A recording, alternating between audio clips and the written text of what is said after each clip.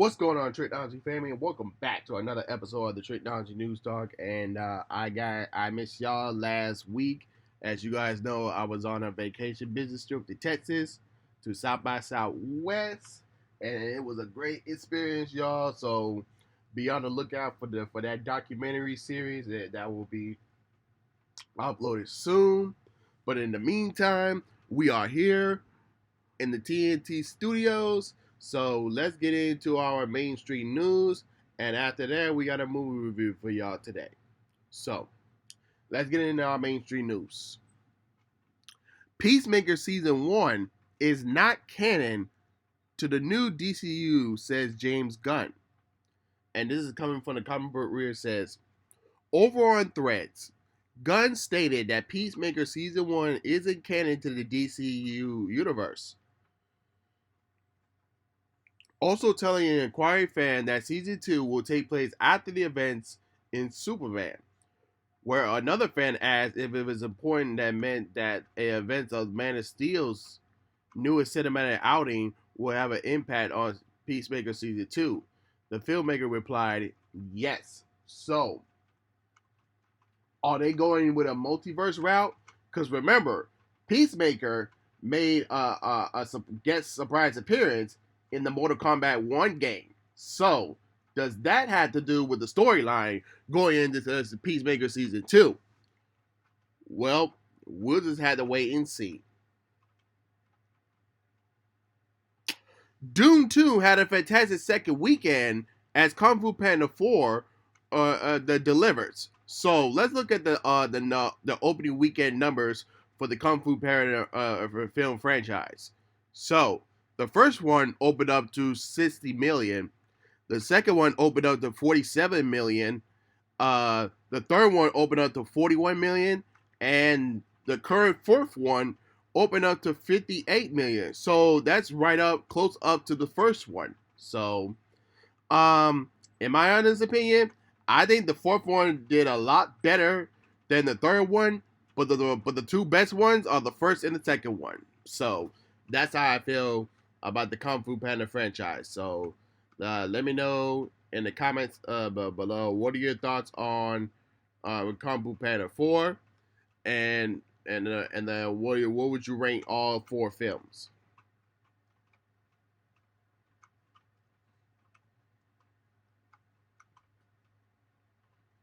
And as far as Doom is concerned, it made 46 million in its second weekend, and like I said before, Kung Fu Panda made up to 58 million on its first weekend.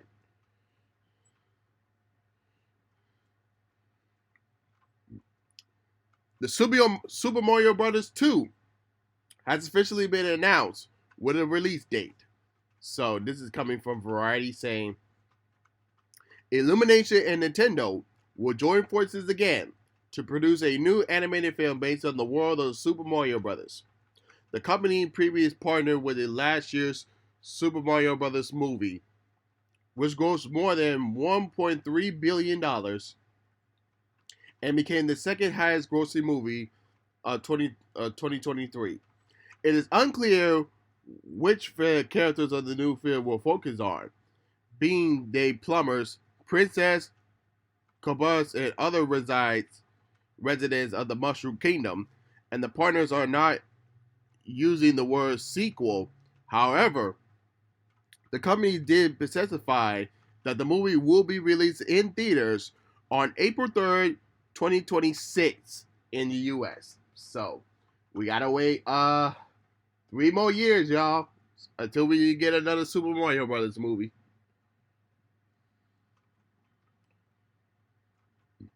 Coyote versus AM may still get a release, says the writer. And this is coming from the IndieWire saying, after Warner Brothers Discovery seemingly dropped the final nail on the head of Coyote versus AM, screenwriter Samuel Bush is speaking out about the film, about showing the film. Bush told IndieWire Vincent Perel on the red carpet of the 2024 Oscars that the conversation was ongoing about whether or not the film will see the light of day. As far as I know, It's ongoing, Birch said. I think we are all pretty heartbroken about it. We hope it will somehow find its home and not end up stuck in a vault for the rest of the time. This will be a great solution. Man, all y'all could do, this, you could have just released on Max. So that's all y'all could have done. Like like it didn't have to go to the theaters. Like, but hey, Barbie director Grant Gerwin says Narnia pre-production has started, and this is coming from the Deadline saying, speaking with Deadline after the Academy Awards ceremony, Gerwin revealed that she has begun a pre-production on her new Narnia adaptation. The director said that she is set to return to London at some point to continue working on her new project, which will be released on Netflix. Gerber's film will adapt the first book of the Narnia series, The Chronicles of Narnia, The Lion, the Witch, and the Wardrobe. And she also signed on to make another film based on the second novel of the CBS Lewis the Creative World. Now, with this new Narnia project, will this have any relation to the original series, or this is going to be a different series? That's why I want to know. Want to know.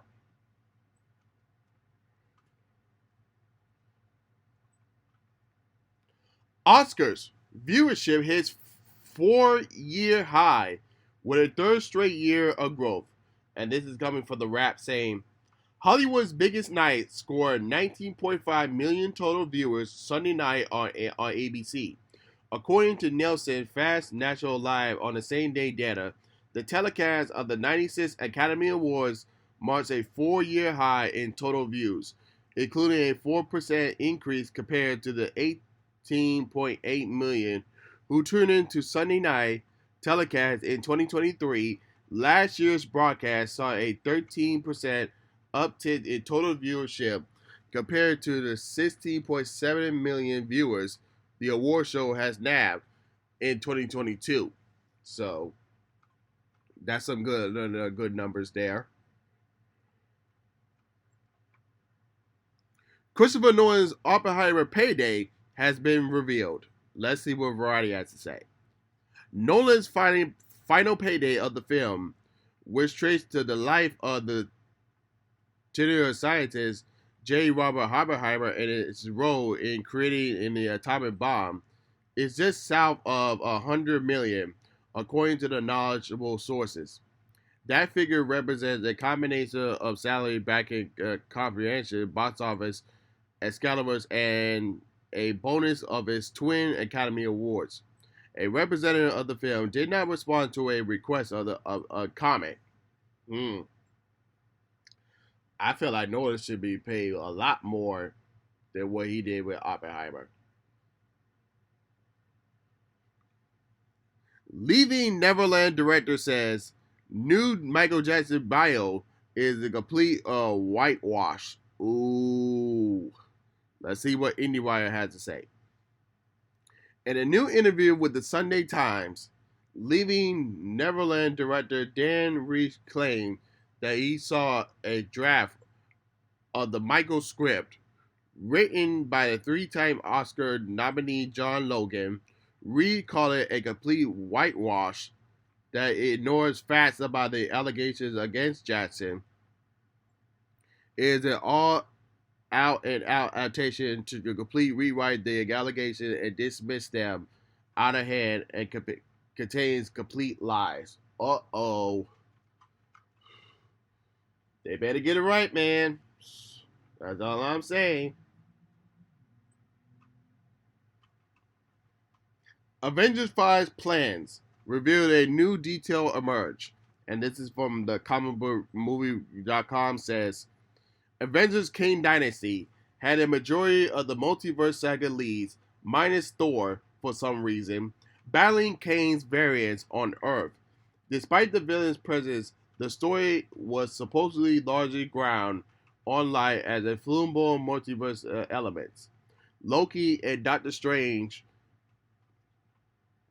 in the Multiverse of Madness subscribed the most Subscribe. Michael Williams is now penning both movies, and his vision is thought to be similar, but put a greater emphasis on the multiverse before giving an alternate reality heroes much larger role in the Avengers Secret Wars.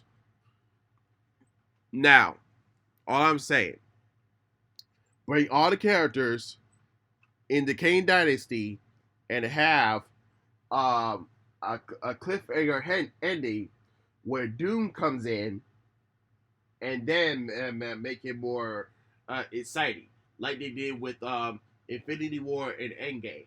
So, Marvel, they got to do something to make it more interesting. And then once they finally defeated Doom, that's when we do the reboot and focus on the X-Men and focus on the Fantastic Four. That's all they got to do.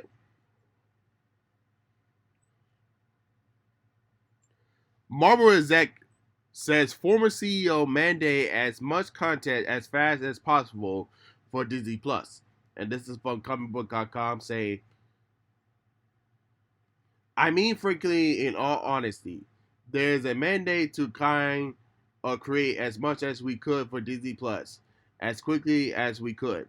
Waterbaum said in the interview, then there was a shift, and all of a sudden, we had to start spreading our release date out. So that really accounts for a lot of the delays. Now we are using that time. We are not sitting idle, so it's like it stays in the oven. You can bake certain things by a little more. It's actually, I think, ultimately, it's going to be make things better.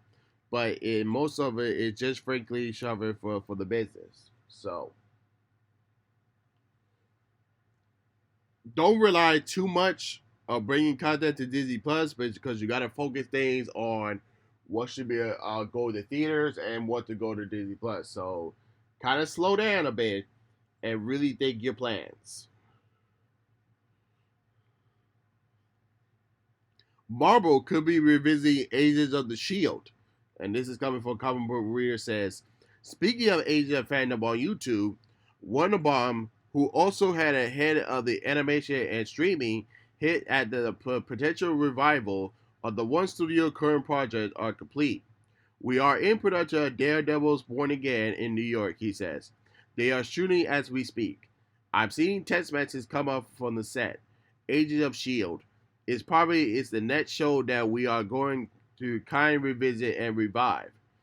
A really strong and one of my favorite pockets of the universe and fandom, and you never know is the answer. So I hope we can bring back Agents of S.H.I.E.L.D. So that'll be a good thing. A live action Thundercats movie could be next from the Godzilla X Con director. And this is what this is the story here. And by the way, I love the Thundercats. That was one of my childhoods.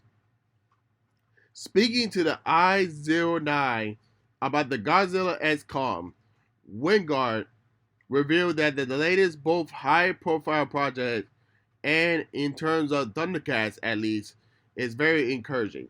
Simon Barrett and I are still actively working on the script. Wingard said, we are finishing our last draft basically right when I was going into production on this movie, and we just had to put everything on hold. But right now we are actually working on it again. So whatever that means, that the next thing I do or not, I'm not sure. But it's definitely one of the top priorities I have right now in terms of working on the script. So let's hope the script is done really, really good, and then we can have a really good Thundercats live action movie. And then lastly, the new James Bond is Aaron Taylor Johnson, reports. Is this true? If it is, then they might be going with a young James Bond route. That's just my theory. But let's read what BCC has to say. The Sun has reported that Kick-Ass and Marvel Films actor has formally offered the job. as the 007 spy, formerly played by Daniel Craig. Craig left the role in 2021 after starring in 5 films over 16 years. The next Bond film will be 26 after No Time to Die. The BCC had approached Taylor Johnson, Ego Productions, which made the Bond films, had said that they didn't comment on the suspicion. However, a production insider has told BCC News that there's no truth to the rumors. Yeah. So let's stop playing around here and let's see who will be the next James Bond. Okay. So that's just me. But with that being said, that's all the mainstream news that I have for you guys today. And let's get into our movie review, which will be on Ghostbusters: The Frozen Empire. Yep, and this takes place right after Ghostbusters Afterlife. Yep, it's set after 2 years. The veteran Ghostbusters must join forces with the new recruits to save the world in New York City after a death chilling god who seeks to build a sprawling army. So, um, I like how this new Ghostbusters went back to New York City. You know, just to revisit the latest, the 2 latest classic Ghostbusters movie, because the last one was set in the countryside, so it was a good thing they brought back to New York City you know, to feel that Ghostbusters vibe. Um, I will say that the third act was the best part of the movie, because it had a slow build up. You know, just to try to build up to the main to the main plot of the movie that was it's supposed to be. But hey, it is what it is. But the third act was really good. The villain in this movie was really good, even though he didn't wasn't in most of the movie. But hey, it is what it is. The villain was great. The third act was great. So, like I said, in my negatives, like, it does have a slow build in the movie, so it kind of makes you feel like, oh, they could have cut out some scenes like that really wasn't like necessary in the movie. Like, what was this runtime? It was like 115 minutes. Like, some of that stuff could have been cut out. Like, that wasn't really necessary. Yeah. So yeah, and there was some.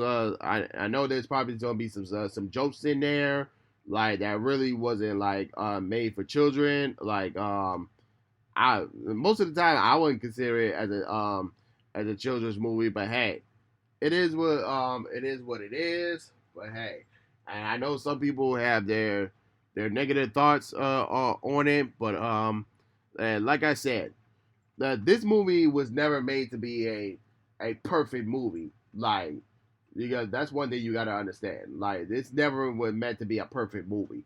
It's just made for a movie, you know, just like to get the Ghostbusters fans, you know, back in the movie, just to get to have that Ghostbusters feel. So that's what it is. So it's not a made of perfect, because like, this is nowhere near a perfect movie.